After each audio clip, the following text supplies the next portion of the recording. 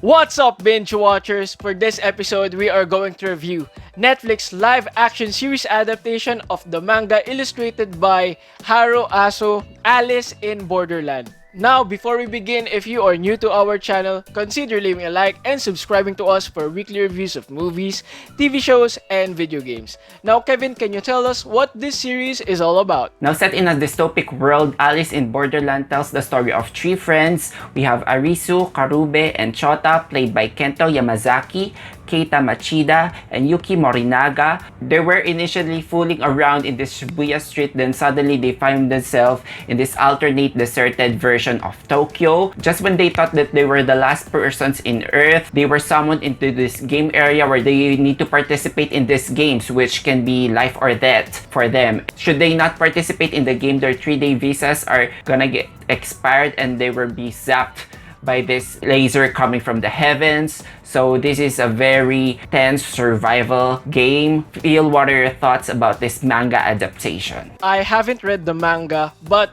usually I'm skeptical on manga adaptations because some of my favorite anime or manga translated to the screen didn't really end up well. For instance, the Attack on Titan live adaptation, and so is for Death Note. Those adaptations just straight up suck for me. I'm sorry if you like that, but for me, who have read both the manga and watched the animated series, I'm just not a fan of those. But this, even though I haven't read the manga, I have an understanding of how Japanese manga works, and this is just plain awesome for me. This series always had that anime vibe. The makeup of its characters, from the costume design, it felt to me like everything is straight out of a shonen manga, and that's just awesome for me. This concept of trying to win and survive a series of games in order to earn visas to prolong your life is just incredibly interesting for me. And the games itself is just clever, it's creative, it's brutal, it's heartbreaking. For most part of this series, it's just uncompromising in its dark tone. It reminded me a lot of one of my favorite Japanese movies of all time. That's Battle Royale. That's an absolutely brutal movie. And if you haven't watched that, I also strongly recommend that because there are even rumors that that is the inspiration for the Hunger Games. I even have my novel right here. It's an absolutely great read also. But man, for most part of this series, I was on the edge of my seat because for the first few episodes, for the most part, focuses on one game that is just really suspenseful for you. If you're familiar with Japanese manga like this, it's like 10 times more unpredictable than who's gonna die on Game of Thrones. That's how Japanese manga are. It doesn't matter if you have a strong connection to the main character, or sometimes even if you're the main character, anytime you can die. And then there's the part in this series when there's the eventual world building element of it, when they were introduced to this group of people who probably had more experience than them. From there, this series just turns from an incredibly fun watch for me to just plain awesome. I really enjoyed this series, Kevin. If I'm going to have some negatives with this, the acting is not necessarily great, and there's also some side characters here which I know had a lot more layer to them if you're going to read probably the manga, but had to be cut for this series, as what tends to happen in most live action series adaptation for Japanese animes. But other than that, this is a fun watch for me, Kevin. I loved it. Yeah, I mean, unlike you, I haven't seen much of manga adaptation, so to see these characters looking like they just stepped out of manga is a bit odd for me, but I'm starting to get used to that. That first episode, I found it really outstanding because the first 15 minutes of that episode felt like you're gonna get some coming of age dramedy story. Then the gears shift into this tense thriller deadly game, and it was done excellently, I think. Yeah, for sure. For the first 4 episodes, I think the show adheres into this certain kind of format where a game is featured, and I think it's also exciting. It's very tension filled and it's actually creative. I don't find any of the games repetitive because some of the games, they involve intellect, some of them involve physical, some of them involve betraying your friends. When it comes to the way that the action was shot, I love the choreography of those scenes. The CGI can be at times a bit wonky, but I didn't pay much attention to that. You're gonna get some character developments here, which are kind of convenient at times because some of the character developments here are feeling like you're getting it from the back of your pocket, where you're just gonna take it out and present when there's a big moment that's gonna happen. For the first few episodes, it actually works, but in the second half, when you are presented with this, as you've said, this group, because this group of friends are not the only people in this alternate version. It is established early on that some of them are already there from the beginning, so who knows how long has the time has passed. So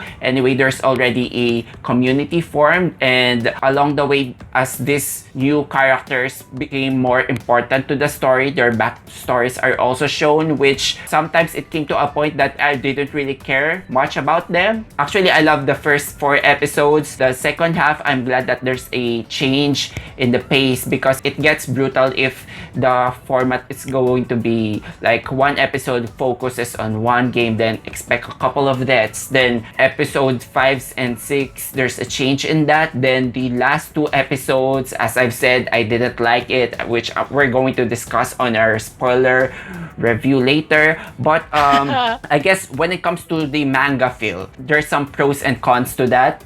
Personally, for someone who has seen a lot of American shows, first off, the style, the direction really has an own identity to it. I like that it stayed true to the manga. There were some shots here you feel like, even though you haven't seen the comics, you can tell that that shot is taken directly from the manga. Since we're doing, in a way, comic strips here in manga, there's a tendency to have overreaction from some of the characters, which became more prevalent on the second half, because come to think of it, this is the survival of the fittest, and the longer time has progressed, only the smarter ones will thrive, right? But you know, some of the actions can a bit contradictory, and some of the characters act dumb towards the last 2 episodes, and personally it just went on a killing spree like I was watching The Purge. There were some scenes here that they were showing the killings on the CCTV footages, and I felt like I could have used that, the relentless killing. I was not personally thinking it, and then there's a rape scene that goes a little long than what I liked. Anyway,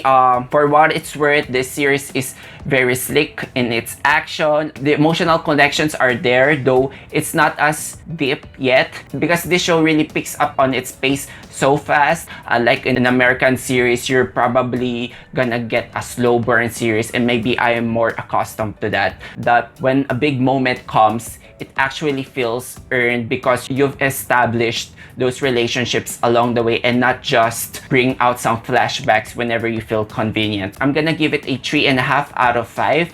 It's just that I sometimes feel like this show is relying more on shock value than substance, but the concept is really neat. Despite these composite elements not really unique, they have a fresh feel into it, and I can feel confidence in the storytelling, and as a viewer, that puts security in me. So yeah, I actually predicted that you're gonna have issues with that as someone who is more inclined to Western shows, because this series isn't really for everyone. I'm gonna have to admit that. Most people who are going to enjoy this movie are going to be sort of anime weebs like me.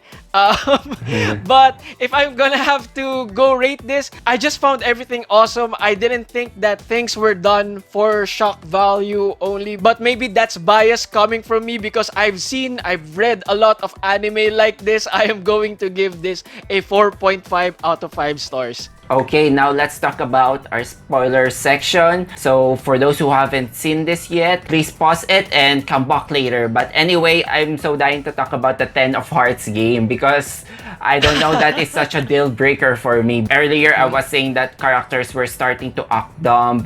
I think this is that moment. When it comes to acting, I am not loving the characters on the beach, because they have very caricaturish acting, though it will typically go with their look because of the manga, though I think that's the choice of the director. But you know, the 10 of Hearts, let's just say that it just went too violent for my taste, though they probably did the exact thing from what the manga showed. I really had no problem with it. I have to keep going back to this, but I have a lot of experience in this kinds of anime typical stuff. With regards to the flashback, you just thought that the flashbacks were a bit convenient because it's being shown as the major dramatic moments happens. I'm gonna have to agree with that. From your standpoint, it's gonna be a bummer, but really that's how these things are presented in anime. If you're gonna watch things like Naruto, One Piece, Bleach, most flashbacks really happen at the biggest moments, and sometimes it messes with the pacing. I agree with that,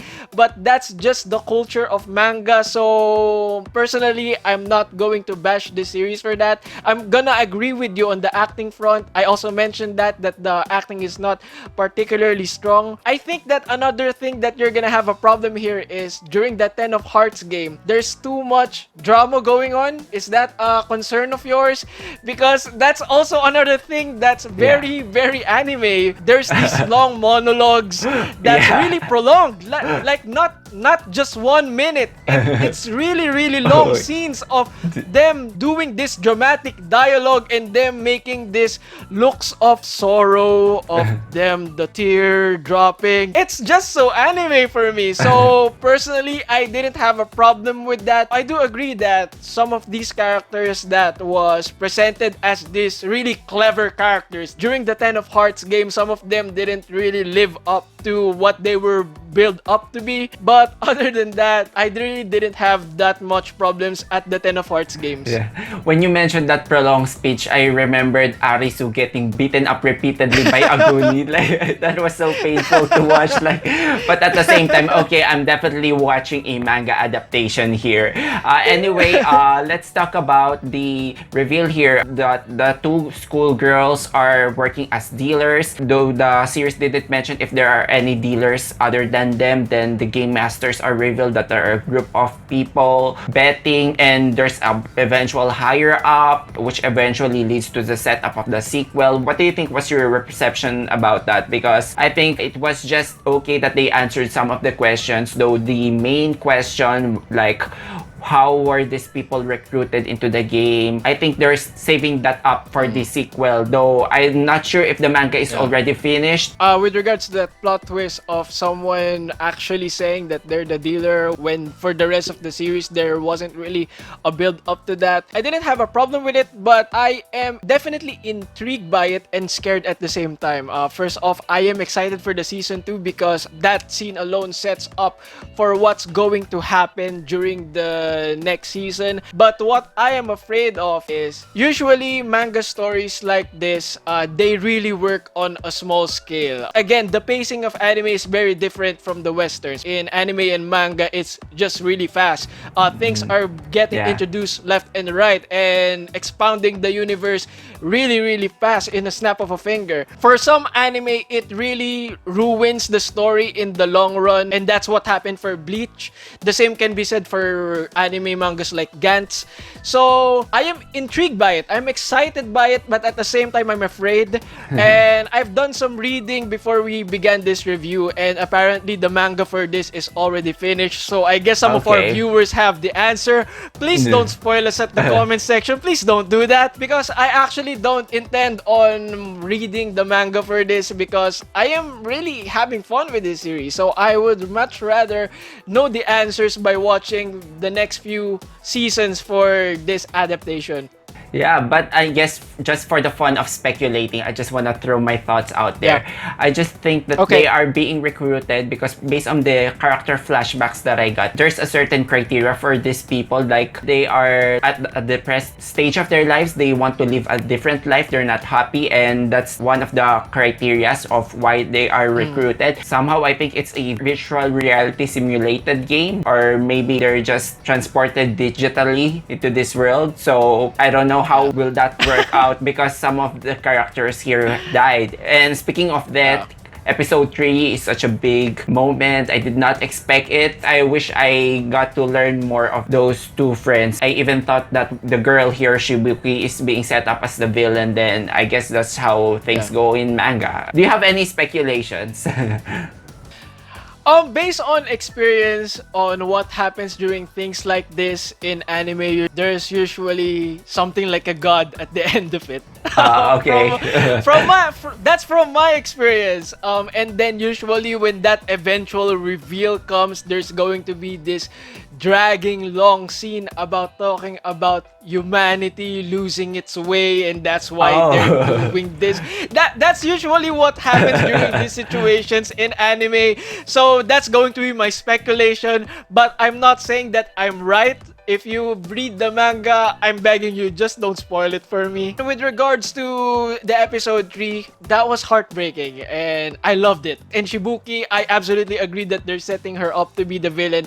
We were expecting for all of them to be along for the ride for the entire season, and losing them so early during episode 3 and in such heartbreaking fashion in Heart's game is just both shocking and, for me, just awesome. I even thought there's gonna be a twist that the wolf in the it is the one who's gonna get exploded. But you know, Okay. the rules of the game didn't really budge. Of course, there's also themes about the lengths that you're gonna do for your survival. Does friendship mean anything in this alternate world? It's scary when you get this concept when you're transported into this new world and suddenly you can be anyone who you want. It's like you're already abandoning a part of you. So I guess that gives license for some people to become vile and evil. But for the case of Arisu here, he's a good issues character, so I'm also excited to see his character arc here. If the next phase horrors is going to change his perspective even more, because this game is gonna be more ruthless from what I can tell. And yeah, I'm really hyped up. And that's it for our non-spoiler review and spoiler thoughts for Alice in Borderland. If you like this video, hit that like button and subscribe to us for weekly reviews of movies, TV shows, and video games. Also, let us know what are your thoughts about this series, speculations, comment them down below. Thank you so much for watching. Until then, see you on the next one. Bye bye, guys!